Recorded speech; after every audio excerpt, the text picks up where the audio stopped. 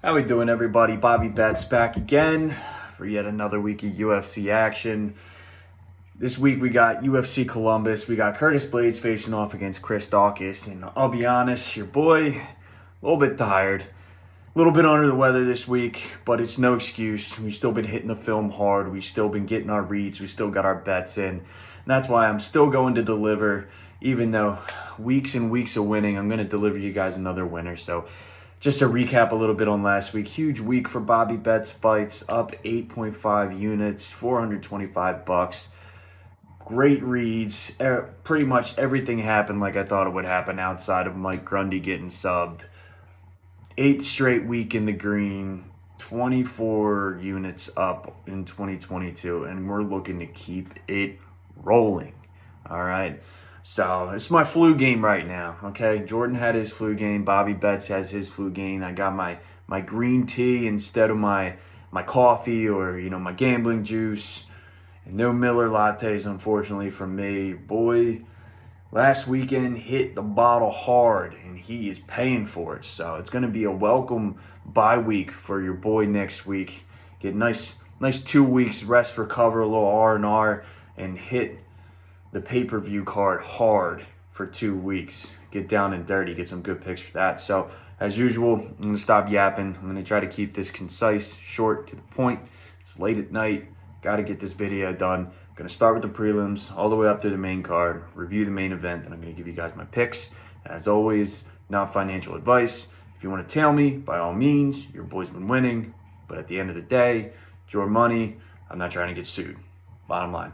Pretty simple. So, let's kick this off. That's good green tea. Need a little bit of honey in there, and we be rocking. Maybe some whiskey next time. But we got the first fight of the card: Luis Saldana against Bruno Souza. So Luis Saldana coming in. He's the underdog at this point, plus 100. Bruno Souza is probably minus 115, minus 120. This fight's tough because Saldana, the book's out on him, man. He gasses in the second and third, and he comes out electric in the first. He can strike a little bit. He's got really good leg kicks. We saw that in the Lingo fight, but the gas tank worries me. Bruno Souza is another guy who's just very bizarre. He's got that karate style stance. The whole thing's back foot movement. He's going to be the one circling the cage, and Saldana is going to be on the pursuit. And it's just an awkward fighting style, honestly. He's not like Wonderboy Thompson. He tries to be, but really all he did was just run away from Milsic Bagdasarian for 3 rounds and lost the decision easily. It's ridiculous. So in this one, I'm going to edge with Luis Saldana because I don't think Souza being on his back foot is going to push any type of pace, which I mean Saldana can at least keep his wind with him through the second round, and he's going to outvolume Souza, who's, not even the poor man's Thompson. He literally is just, I don't know what he does. He's won a lot of split decisions. His record could easily be flipped upside down. He's got I think 3 or 4 split decision wins on his record. Just not a good look. I really don't like his fighting style. I think Saldana has the chance to win it here. But again, I'm not taking any money on this. I do have it in one of my props in the Big Dirty. You can get the split decision. I believe is plus 400. I'm betting the split decision, if anything. I'm going to sprinkle a little something on that because I think one judge is going to think Souza did enough off his back foot.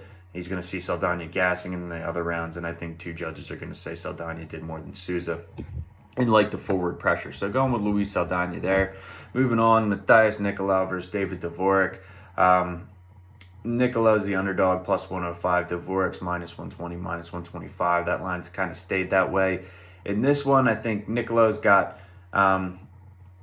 he's got good boxing. I think he can catch Dvorak with some shots, and he's got some pop in his hands. I really think he's going to have to put him down, but I don't think he's going to be able to. I think Dvorak will be able to grind him down. He's got a lot of volume. He's always doing something, and that looks good for the judges if this is going to go to a decision. And if Dvorak can wrestle him down, I think his wrestling's phenomenal. He doesn't really have to show it in the UFC just yet. Still real green, but the track record, you go back and look at the tape on the guy can wrestle. Nicolau has really good takedown defense, which worries me.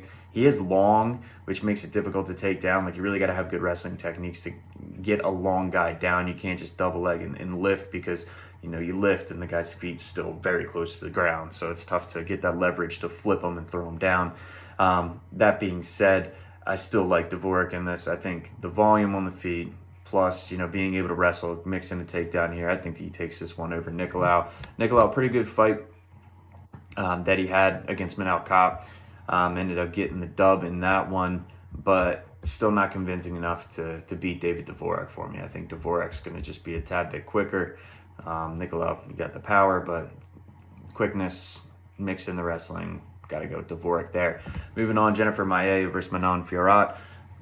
Manon Fiorot's heavy favorite in this, minus 475, pushing minus 500. Line open to minus 330. You know where the money's coming in on that one. Jennifer Maia plus 350 and pushing up.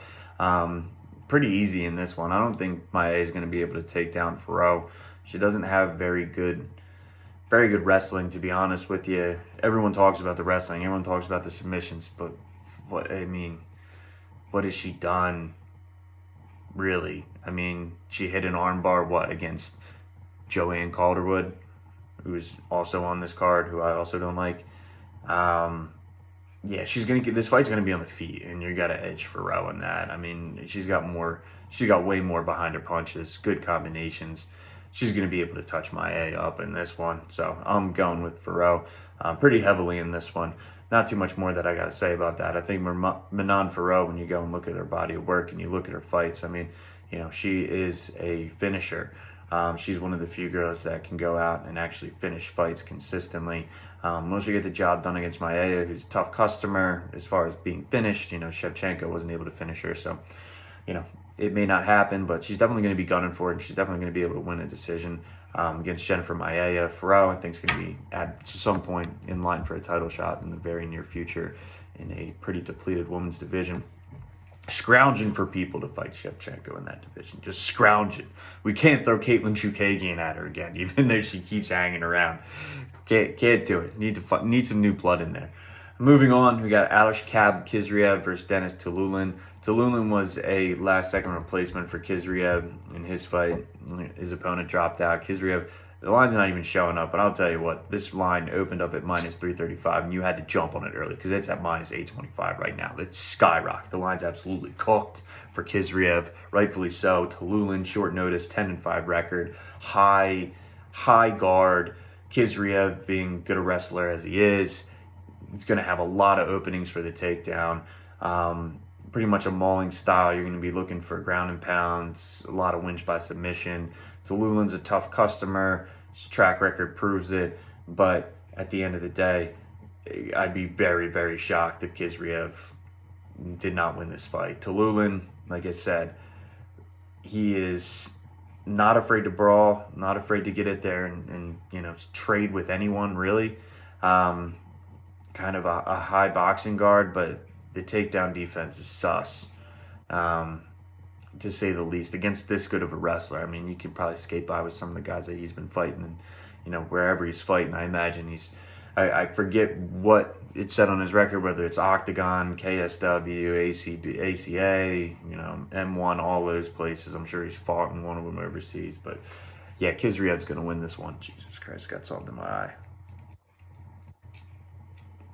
All right. Sorry about that. Moving on to a good fight that I watched a lot of tape on, which is Chris Gutierrez versus Dana Batgarel. Honestly, I think this fight should be on the main card, to be honest with you. It's a clash of styles. Gutierrez is the underdog, but a lot of money's come in on him. You could have got him at plus 137 when it opened. He's at plus 105 right now. Batgarel, a lot of money coming in on Gutierrez, has dropped his line down to minus 125. I like Batgarel in this fight, and I'm going to tell you why I like Batgarel in this fight. Everyone is so focused on these Gutierrez leg kicks that if you go back and actually watch the tape on Gutierrez, he doesn't throw a lot of volume, and the game is the same for him. The first round, he kind of coasts.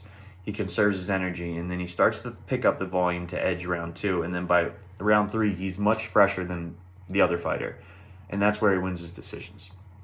He puts in a lot of work in the second and third round, and he goes to work on those leg kicks, but to start off, really not a lot of volume from him. Willing to fight off of his back foot. He has good movement, but the leg kicks everyone talks about, I really don't see like the volume of leg kicks that's really like outside of the guy he TKO'd by leg kicks. Like you go back and watch the Felipe Corrales fight, like the first round you could definitely give to Corrales. Corrales starts to gas and he starts to get desperate in the second and the third, and then all of a sudden it's Gutierrez is piecing him up because he's got his confidence. But Gutierrez fights to decisions. I don't really like his fighting style, to be honest with you, very much. I think he's got a good game plan to win fights, but he's not very exciting. Dana Baccarat, on the other hand, you look at him, he's coming off of 3 consecutive knockouts in his fights, and everyone thinks that these leg kicks are going to neutralize Dana Baccarat, and I'm going to tell you right now why it's not going to neutralize Dana Baccarat. I don't know I'm pretty sure it's Danaa, not Dana, but interchangeable. I apologize if I'm butchering names. Anyway, so if you go back and watch the Kennedy fight, everyone says he doesn't check the leg kicks. He doesn't check the leg kicks, and yes, he doesn't check the leg kicks. Kennedy floors him on one of them. He goes to set up a boxing combination, I forget, or he tries to close the distance and bang, he gets a leg kick, he falls down. He gets right back up though. Gets right back up. He's in the guy's face.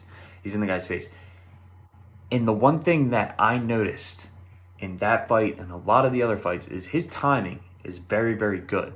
And he's very, very heavy-handed, and he throws shots at odd angles. He's a very good striker, okay? And when Kennedy went to go throw, it's probably about the 3rd or 4th leg kick that he throws, Baccarat jumps on him with combinations and just pieces him up against the cage.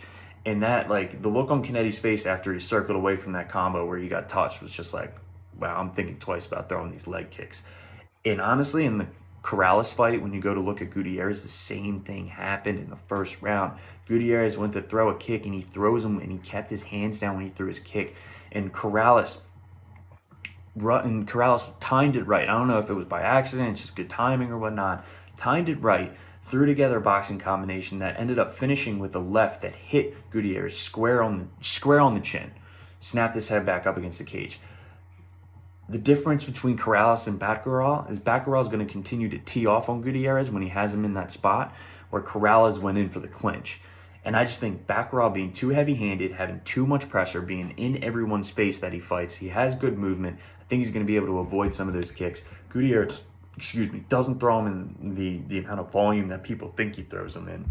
Like, people talk about him like, he's going to be ripping off kicks left and right and just chopping legs, and like guys are going to be limping in the first round. No, guys make it to the second and third, and you can't even tell that they have been kicked. They sound good, they slap, but like at the end of the day, these guys are still walking. It's not devastating stuff, except that one fight. Everyone hangs on to that one fight where he TKO'd the guy by leg kicks. But again, I like Danaa Baccarat in this fight. When you break it down, you look at the tape, you got to crowd the kicker.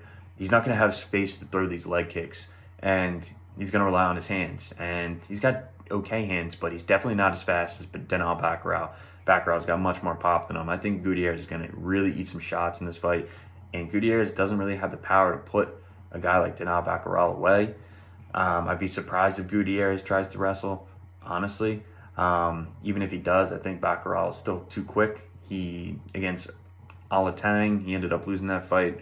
I don't know what the judges were looking in that fight. That was much closer, and somehow I don't know. I must have missed a 10-8 round in that fight, but or a point deduction or something. But nothing in that tape discourages me in the Chris Gutierrez fight that I saw for Danaa Baccarat. I'm going to bet him. He's a straight play. Go over that later. I like Danaa Baccarat a lot in this fight. Moving on, we got Kara Rosa versus Sarah McMann. Books out on Sarah McMann. Honestly, it's like a broken record. She's going to start off strong. She's going to fizzle out. Good wrestler. Averages about 4 to 5 takedowns per fight. Last time out, Juliana Pena ended up getting a loss. Took some time off. Hasn't really fought all that much. Hasn't been all that active since 2018. She's old, 41. She is going to be the underdog, plus 175. Rosa's right around minus 210. In this one, I think Kara Rosa has good takedown defense, and Sarah McMann's going to come out and blow the gas tank in the first. If Rosa doesn't win the first, you're going to see the tides turn just like it normally does in a Sarah McMann fight, and Rosa's going to get the better of her in the second and the third. A lot of people that I've been seeing, a lot of fellow handicappers like myself, like the Rosa knockout in the second or third round. Trying to stay away from girl fights just because I feel like I'm pushing my luck with them because they're so unpredictable. I the Grasso fight is a part of the card because I do like Grasso over Calderwood, which I'm already just giving out my plays in my review beforehand. So, we're not going to skip anything, but now you guys know, like Alexa Grasso. No surprise, huge favorite. But anyway, back to the Rosa McMann fight. I like Rosa in this fight. I wouldn't bet the prop for a knockout because I just don't think, it's too unpredictable. You got a good shot. A third round knockout's like plus 1,000 if you want to sprinkle it for Rosa. But at the end of the day, I really don't see McMann winning this fight. Cal Rosa is too good of a fighter, and even if she does edge out the first round, McMann, she's got too old, not enough gas left. Rosa's going to take it. Next fight, Neil Magney versus Max Griffin. I like Max Griffin a lot, but not against Neil Magney. Magney minus 250, Max Griffin plus 200. I don't think Griffin gets enough credit for being as good of a fighter as he is. He's got good stand-up, trains out of Team Alpha Male. He's got a good wrestling base, good submissions as well. I think all around he's pretty solid. But Neil Magney has a very odd fighting style, and he himself, in his own right, is a good wrestler.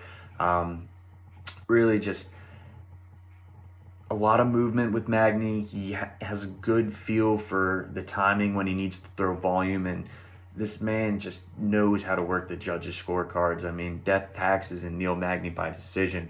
We put her in the same category as Caitlin Chukagian. The guy's got a recipe for success, and he knows how to use it. And I don't think that's going to change against Max Griffin. I don't think he's going to be able to find that off button. I don't think he's going to be able to solve that puzzle. And I think Neil Magney's going to win.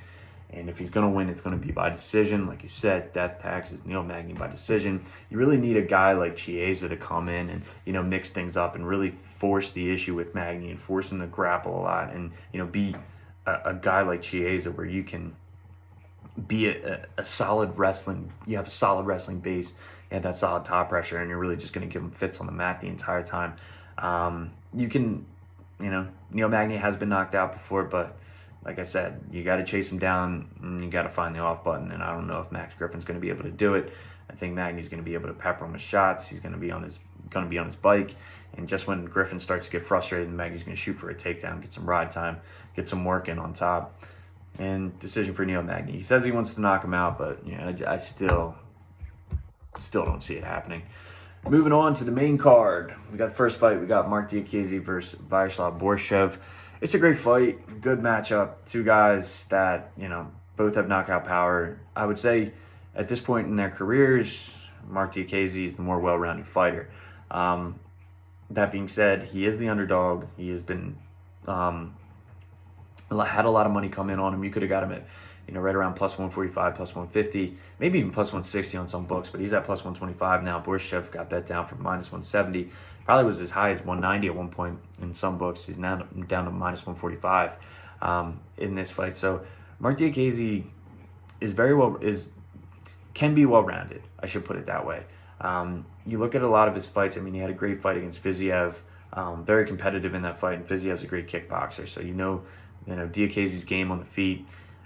He has the capability to wrestle. He's powerful. He's explosive. He can get you to the mat. And that's one thing you worry about with Borshchev because he can get taken down in his Contender Series fight. He did get taken down twice.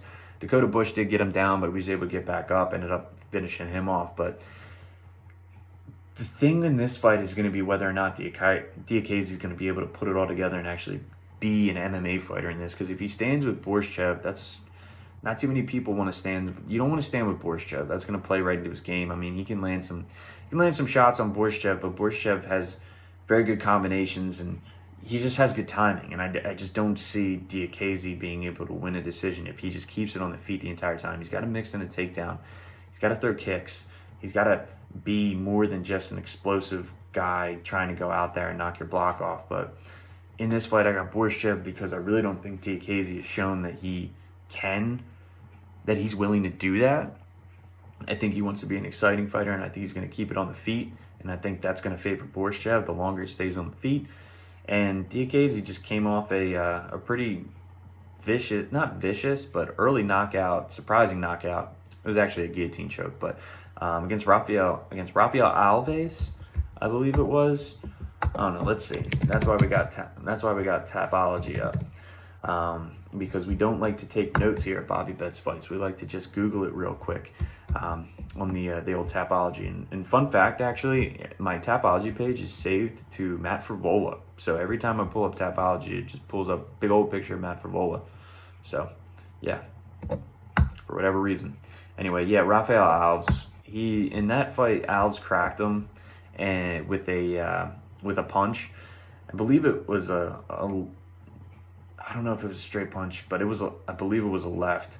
Kind of stunned him. And then he came in with a flying knee, and Diakiese, being stunned, went to shoot, ended up wearing it, tried to go in, and you could tell that he didn't have his wits about him. Alves cinches up a guillotine choke. So coming off of that, it's going to be tough, I guess you could call it almost a knockout. It's a submission at the end of the day, but he did get pieced up a little bit early in the, not pieced up, but he ate a hard shot and the chin went a little bit. So, that also could play in his favor though, if you look at it like that. How willing, is he more aware of his chin? Doesn't think it's, built to last, and he might mix in a little bit more wrestling to keep Borshchev off balance, so it's not just a complete striking match. I don't know. I don't think he is. And coming off the fight against Alves, I got to go with Borshchev here. So going with Vyacheslav Borshchev. This next fight, Ilir Latifi versus Alexei Oleinik, is another interesting one because this line is absolutely cooked. Like, ridiculous. Like, Latifi being minus 200, pushing minus 215 is ridiculous. And as soon as I saw that, I knew I wanted to stay away from betting Alexei Oleinik, but I can't. I still think there's so much value at plus 170, plus 175 for Alexei Oleinik. You look at Ilir Latifi. If you're betting Ilir Latifi, you're betting on two things. You're betting on one, a first-round knockout, but you're betting on a first-round knockout in one of maybe 7 strikes that he's going to throw because he doesn't throw for volume, or he's going to be able to grind out a decision. Let me tell you why both of those are dangerous. One, you got the knockout in the first round. Like I mentioned before, he doesn't throw a lot of volume. So you're really hoping that he connects on one. He's not going to give you a lot of opportunities to knock him out because he's simply not going to throw. He does not throw a lot of volume. Significant strikes landed per minute in his fights, 1.8. Like, less than 2 per minute. Significant strikes. Not very good volume at all out of Ilir Latifi. 2, to that point, why I say first round knockout? Because his gas tank's bad. So is Oleinik. Oleinik doesn't have a great gas tank, but he's not the one that's you're banking on the knockout for. Ilir Latifi is. And you need to have gas to be able to knock someone out. So that second and third round comes around. A guy that doesn't already throw a lot of volume, you really think there's going to be a lot of volume there in the second and third round? And he's gassed? Not really. So grinding out a decision is the other option. And this is why that scares me, because Ilir Latifi does have a good wrestling base. He is a wrestler. He can take Alexei Oleinik down if he wants to. He can be on top. He's a lay and pray guy. Like, he's not very active on top. If you look at the Bozer fight, just kind of, tried to get his arm around his head, keep him in close so he could keep him on the ground. Really just little taps to the side of the head. Not very busy. And he can get some ride time on Oleinik, and that could be one way that he wins the fight. I'm not saying he can't, but you go back and look at Alexei Oleinik, and you look at the Sergey Spivak fight, which was the last fight. Oleinik won round 1 in that fight and threw a ton more volume than, like, the amount of strikes that he's going to throw in the first round that Latifi's going to throw. He's going to be the guy pushing it. He's going to try to get up a cage. He's going to be in the clinch. But when it comes to wrestling, like I said, if Ilir Latifi wants to get that ride time, get on the ground and try to grind out a decision, Oleinik is too good of a grappler. And you don't really want to be the guy on the ground with Oleinik for an extended period of time because he slowly works. And if it goes to the ground early in the round and he can get, like, against Spivak, he pulled guard. He pulled him into his guard. And then at the end of the round, when there was about 25 seconds left, he had gone from completely on his back to in full mount against Sergey Spivak. Locked in a choke, got out a mount to crank, and was turning it. And it was in tight, but there was only 5 seconds left in the round. But it was in very tight, and he's really confident in that choke. And if there's anyone that's going to be able to find the blood on that minuscule neck that Ilir Latifi has, it's going to be Alexei Oleinik. So that's like a very dangerous proposition to throw down of Ilir Latifi grappling with Alexei Oleinik. Even if he's just defensive grappling, You give Oleinik any chance, he's going to find space, he's going to work, and then all of a sudden you're going to find yourself on your back, you're going to find yourself mounted, and Oleinik's going to be the one doing work. They call him the bow constrictor for a reason. Point blank. So in this fight, it's tough. Like, I think this is more of a pick'em. Really, I think Ilir Latifi, you could probably sauce him a little bit of juice, maybe minus 110, minus 115. But to be minus 200 is just absurd, really, in a fight that could go either way. So I really like Oleinik in here. I see the value. That's who I'm going with. I really like the footage in that Spivak fight. I don't like the footage. I mean, like, if he wasn't fighting like a guy like Ilir Latifi, like, I probably would be fading Oleinik, fairly hard depending on how the line is. But, if Oleinik can win the first with his volume and he can out-volume a tired Latifi in the second, it's going to be tough to say that he's going to lose that fight. It's going to come down to the second and third rounds at that point. So going with Alexei Oleinik on that one. That is my value play. Moving on, Askarov versus Kai Kara-France. Going back and looking at the tape, I wanted a reason to take Kai Kara-France, but the Askarov tape, it's just rinse and repeat the same thing. Like, he's just too good of a grappler. He does eat some shots, but I don't think Kai Kara-France is going to be able to put him down. And the issue that I have is Kai Kara-France in all of his recent fights, against Brandon Royval, he got submitted. Against Rogerio Bontorin, he ended up knocking him out, but he was on the ground. Bontorin did have his back. And it's just the Garbrandt fight. Garbrandt, we knew, didn't have too much of a chin going into it, and especially cutting down to flyweight. Take it with a grain of salt. I think Kai Kara-France is a great fighter. I like him. He's electric. He's exciting. But at the end of the day, Askarov is just too good of a grappler, and just somehow just drags you into the clinch and somehow slides his way onto your back, and then all of a sudden he's got you.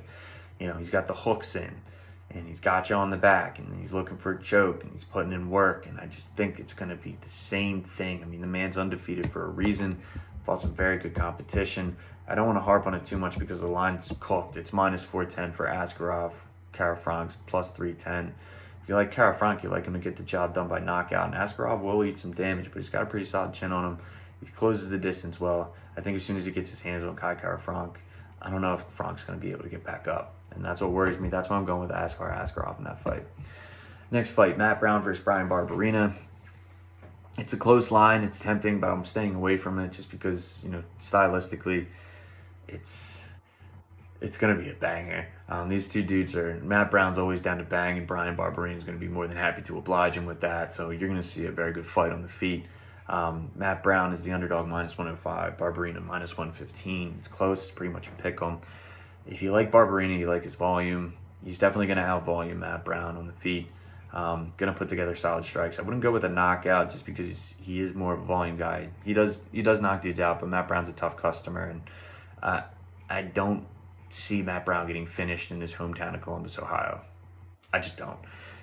Could he lose the fight? Yes, right. He very well could, and I'm picking Bryan Barberena over him because he's just got more past the victory. But Matt Brown, in his hometown, violent dude, just elbow against Diego Sanchez. You look at Diego Lima, put his lights out. Like, for an old dude, the dude's got some left in the tank, and he's always dangerous. Against Miguel Blaydes, he did hurt him in that fight. Blaydes ended up coming back in that second round. I think that's just age, but he put up a good fight in the first and really had him in some dangerous positions. So, Matt Brown's always dangerous, always very live dog. Just, you gotta go with the guy who you think's gonna land more strikes in this. I go with Bryan Barberena. Jason Witt, that fight, Barberena's not a wrestler, so there was a lot of time spent on the mat, but Bryan Barberena had a lot of opportunities to put Jason Witt out, and he just couldn't, so that's why I don't really like the knockout prop. I will edge Bryan Barberena, but this is going to be a slugfest. It's going to be a good fight. You got to be pumped for a fight like that. If you're not, you're casual. Sorry. It is what it is. Tune into that one because that's going to be a banger. Next one, we got the co-main event. Joanne Wood versus Alexa Grasso. What do you guys say about Joanne Wood? The line, Grasso's minus 235. Fairly heavy favorite. Joanne plus 150, plus 170. What do you got to say about Joanne Wood, except you're going to get the same product that you've been getting since she's fought way back when on The Ultimate Fighter. Muay Thai champion, yada, yada, yada. Hasn't improved her game. It's the same thing. She doesn't have a lot of pop behind her shots. I don't really like her combinations. She has decent work in the clinch, but she really hasn't improved much in any facet of MMA. So, it's going to be contested on the feet. And I think Grasso's just too fast. And what she showed was in the clinch against Macy Barber, who's a very strong girl for the division. Even though Grasso came up the weight class, I mean, she was much faster. She beat Macy Barber outright. And she showed that she could work in the clinch. Like Barber had her up against the cage. She had underhooks, and Grasso was able to work back, grab an underhook, was able to turn her, was able to flip position. So if you can do that against Joanne Wood, I really don't see any other path to victory for Joanne Wood. I think Grasso is going to look more sharp on the feet. She's definitely faster than Joanne Wood. I think she's going to win this fight, flat out. I like Alexa Grasso in this one, and a lot of people do as the favorite. I just don't think Joanne Wood. Joanne Wood, last time out, who'd she fight? Jennifer Maia, and ended up getting armbarred in the first or second round? I'm not even going to look it up on Tapology. But yeah, she's hasn't changed much. It's just the same thing over and over again, rinse and repeat. And there's really it's a boring style of fighting, boring style of striking, and it doesn't really win many fights. Like, I just think against someone who's going to be faster than her, I just don't see a way that she can win. She throw the push kicks. I'm trying to find a way to give her some positive light on this, because I don't want to just call her a complete can, because she's not a complete can. She's kind of a half can. So she keeps distance good with like push kicks and teeps and all that Muay Thai, and she will mix in some leg kicks, but again, I think Grasso's going to be faster. I think Grasso's going to touch her on the head. He's going to be pushing her back, and she's going to win the fight. Main event, Curtis Blaydes versus Chris Daukaus. Again, Blaydes in this main event, minus 410, pushing minus 450. Daukaus, if you like him, plus 340, plus 350. You're going to get him around right now. Probably even better when when the line closes, when the fight starts. I just don't see it, man. I don't see a way that Chris Daukaus can win. I like him, Philly boy. He's got good hands. I think he's going to be a very good heavyweight that sticks around in the top 15 for a very long time. Top 10, maybe even makes another run. But he's so green, and to come off the Derek Lewis fight and just go right into Curtis Blaydes, who just stylistically is a nightmare matchup for anyone with his wrestling. Like, he's got that 99 attribute wrestling where it's just like he's gonna take you down. Like, he did it against Volkov, took him down over and over again. Shamil Abdurakhimov mauled him. JDS ended up knocking him out. But, it's just Derek Lewis is Derek Lewis. He's an odd fighter. So Blaydes ate a big, big uppercut in that fight. But again, I don't see Daukaus being able to time up an uppercut or throw a knee. And when it hits the mat, it's just a different style. Daukaus is very good at jiu-jitsu. He's a very good MMA fighter. He's very well-rounded. Like I said, this is a top 10, top 15 guy for a long time. But Blaydes stylistically has that fighting style where he's just top pressure and ground and pound, and he doesn't put himself in a position to get reversed. He doesn't put himself in a position where you can work off of your back and throw up a submission using your jiu-jitsu. It's just that tie you up, pin you down, punch you in the face, kind of mauling wrestling style that a lot of those Dagestani dudes have in the lower weight class divisions, that he employs in the heavyweight division. You don't see too many guys like him. So I really think he's on the feet. I don't know if Daukaus is going to be able to catch him. Obviously, he does have, he can get knocked out if you touch him in the right spot. But, get knocked out by Derek Lewis. A lot of people get knocked out by Derek Lewis. I wouldn't call that a knock on Curtis Blaydes' chin. It was a perfectly timed punch right on the button. Anyone's going to go to sleep night for a long time when Derek Lewis touches you like that. So I'm going with Curtis Blaydes. I just don't see it panning out any differently. I don't think Daukaus is going to be able to get the knockout. Daukaus knock. Sound like I'm from fucking Boston. But anyway, yeah, I just don't see it, unfortunately. I think Daukaus is, credit to him, man. He's game. He's gonna fight anyone. He'll fight anyone, and that's the way it should be. But, thinking if he wanted to stay in the top 10, he probably should have ducked the Curtis Blaydes fight, because it's stylistically not a good matchup. But like I said, not a way to be.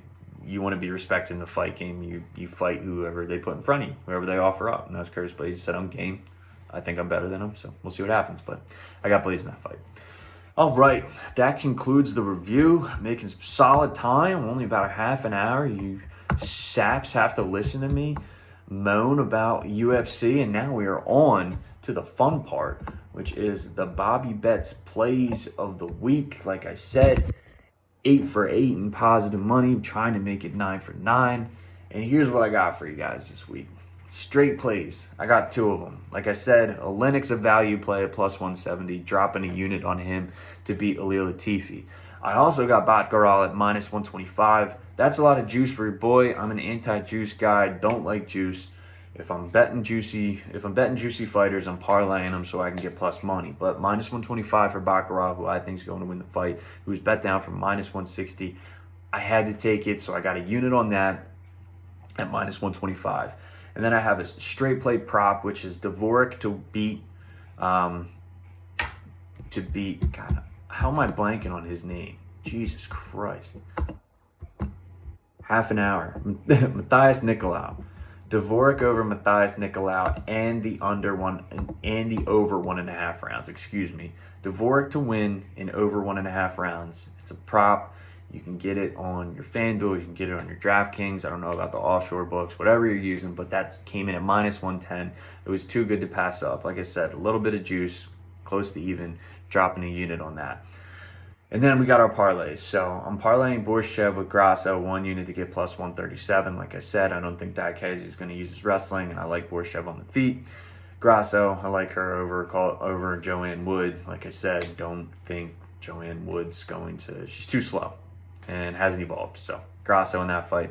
Then I got Askarov and parlaying that with Magney to win in the 3rd round or by decision. That's an awkward one, but that's going to net you plus 110 return. So I got 1 unit on that. Baccarat and Khizriev, 1 unit on that. That's one I got to preface because I got Baccarat. I got that one early. So Baccarat minus 150 and Khizriev was right around minus 450. Like I said, that's skyrocket, almost doubled. So like that, you're probably going to get... Well, the thing is, Baccarat dropped as well, so you're probably like minus 110. You might have a little bit of juice on it. Still a good bet, in my opinion. I'm dropping a unit on it. Khizriev's going to win his fight. Tuiliulin, short notice, no way he wins. In Baccarat, like I said, I like him against Gutierrez for numerous reasons. Next one I got for you guys is another one where it's going to be more juice than what I got. I got it early in the week. Apologize for not throwing the video out when I got it, so y'all could play it. But McMann, Khizriev, and Blaydes, 1 unit. I got at minus 104. Looked at it on the books. You're going to get at minus 143. You could add someone else in there and get it closer to even or take it at minus 143. Like I said, those are the 3 favorites on the card, and I don't see either one of them losing. So, if you're a safe bet person, that might be a good play. And then we got a Hail Mary parlay for you. We're bringing it back. Hail Mary parlay. I got Magney decision, Carol Hosa to win, McMann to win, and Grasso by decision, and the over 1.5 in the Latifi Oleinik fight. You parlay those straight plays and those props together, you're going to get plus 830. Almost, that's 8 to 1. Throwing a 1/5 of a unit on that. So 0.2. Next one we got the Big Dirty. The Big Dirty. Like I said, Big Dirty parlay, plus 2,000 odds or more. This is the big kahuna, okay? So this one I got Baccarat by KO. I got Grasso money line. I got Dvorak money line. And then I got Saldana and Souza going to a split decision. You parlay those all together, you're going to get 3,222. And you're going to put a 1/5 of a unit on that. And you're going to win a lot of coin. Okay? So almost 32 to 1. Those odds. 1 unit. Net you 32 units. I'm only going to put a 1/5. So 32 divided by 5. 6 units. It's not bad. That concludes Bobby Bets UFC Columbus breakdown. Curtis Blaydes versus Chris Daukaus.